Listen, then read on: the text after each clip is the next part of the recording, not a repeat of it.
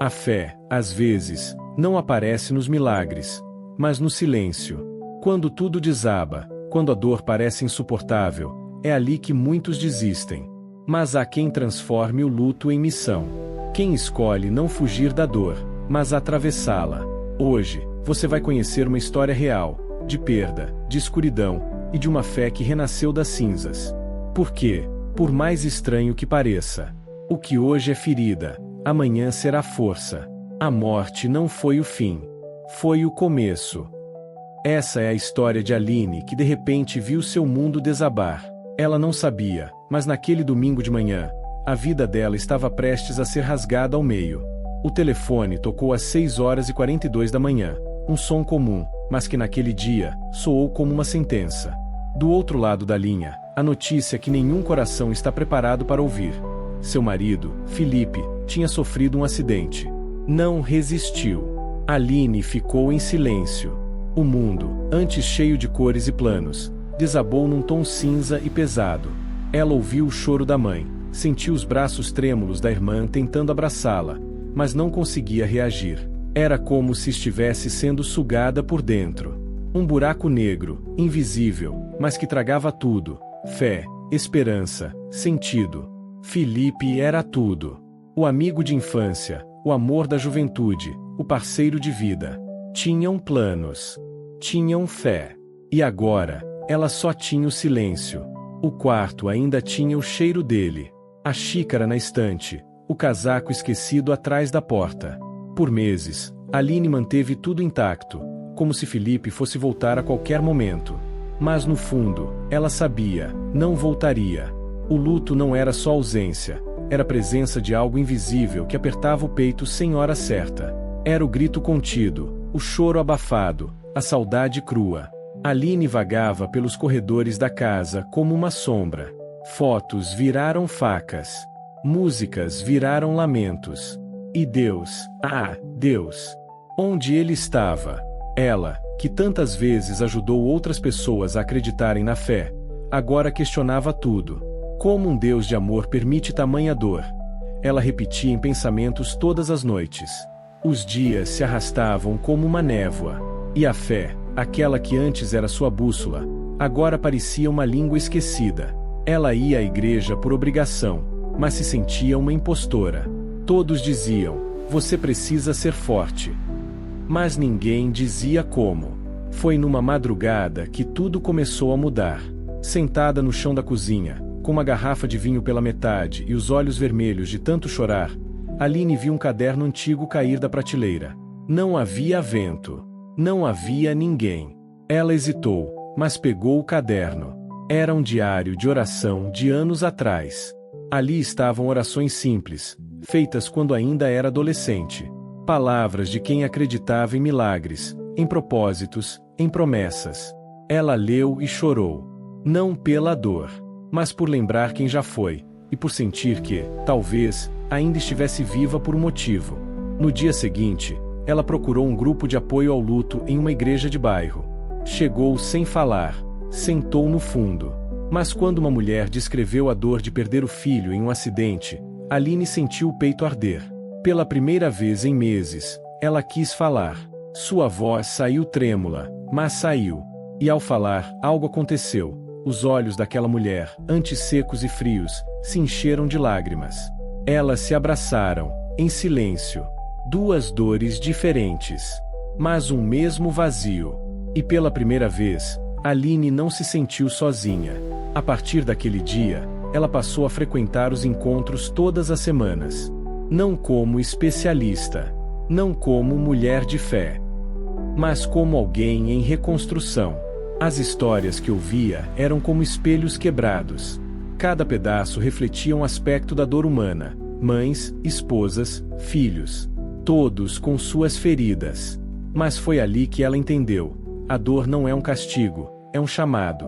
Chamado para olhar o outro, para abraçar, para transformar sofrimento em missão. Mas foi no fundo do abismo que algo começou a mudar. Não da noite pro dia. Não como um milagre imediato.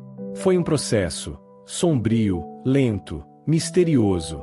Começou com um sonho, vívido, estranho, quase real, onde Felipe a olhava com ternura e dizia: a dor é uma semente. Plante e ela vai florescer. Ela acordou chorando. Pela primeira vez em meses, não era apenas desespero. Era uma fagulha. De fé. De loucura. Ela ainda não sabia. Com o tempo, Aline começou a escrever textos e publicá-los em redes sociais. Relatos curtos, honestos, onde fé e dor coexistiam. Sem respostas prontas. Sem frases de efeito. Apenas verdade. E as mensagens começaram a chegar. Você descreveu exatamente o que estou sentindo. Achei que estava sozinha. Hoje, consegui levantar da cama por sua causa. Ela não entendia como, mas cada texto seu tocava alguém. Cada lágrima que um dia derramou parecia agora ter um propósito. Não era sobre esquecer Felipe. Era sobre honrar o amor que viveram transformando em compaixão por outros. A virada aconteceu quando foi convidada para falar em uma conferência sobre luto e espiritualidade. Ela hesitou. Sentiu medo. Quem sou eu para falar sobre fé? Pensou. Mas lembrou do sonho. Daquela frase que não saía de sua mente. A dor é uma semente. Plante e ela vai florescer. No dia do evento, Aline subiu ao palco com as mãos trêmulas. Contou sua história. Não como heroína, mas como sobrevivente. Contou do acidente. Do silêncio. Do vinho na madrugada. Do diário caído. E do encontro com a mulher que chorou junto com ela. Houve um momento de silêncio. Então, o auditório inteiro aplaudiu. Mas, mais do que os aplausos, o que marcou foi o abraço que recebeu ao descer. Uma adolescente, olhos marejados, disse baixinho: você me salvou hoje. Eu ia desistir. Aline chorou. Dessa vez, não de dor, mas de certeza. A história ainda não acabou. Aline segue, dia após dia, usando as cicatrizes como mapa para alcançar outras almas feridas. Porque agora ela sabe. A ferida nunca desaparece. Mas ela pode se transformar em força. A vida de Aline não voltou a ser a mesma. E nem precisava. Ela entendeu que o luto não é algo que se supera. É algo que se aprende a carregar. Hoje, ela acorda todos os dias com um propósito claro: ser abrigo para quem está à deriva. Ela continua frequentando grupos de apoio, agora como mentora. Mas diferente de palestras motivacionais que tentam apagar a dor, Aline fala de um lugar mais profundo. Ela não promete cura instantânea. Ela oferece companhia. E isso, muitas vezes, é mais do que suficiente. A casa continua com vestígios de Felipe. O casaco atrás da porta, agora pendurado com carinho, não como uma lembrança dolorosa, mas como uma parte viva da história que eles construíram. Aline mantém o diário de oração no criado mudo. De vez em quando, ainda escreve. Mas agora, não só orações. Escreve cartas para mulheres que perderam filhos, esposos, mães. Escreve palavras de consolo, escritas com tinta e lágrimas. E cada carta enviada é como uma semente lançada na terra seca do coração de alguém. Uma vez, ela escreveu algo que hoje carrega como lema: Deus não desperdiça dor. Se você ainda respira, é porque a sua história ainda pode dar frutos. Essa frase, rabiscada no momento de desabafo, foi parar em murais de igrejas, grupos de apoio, perfis nas redes. Viralizou. Mas Aline não buscava fama.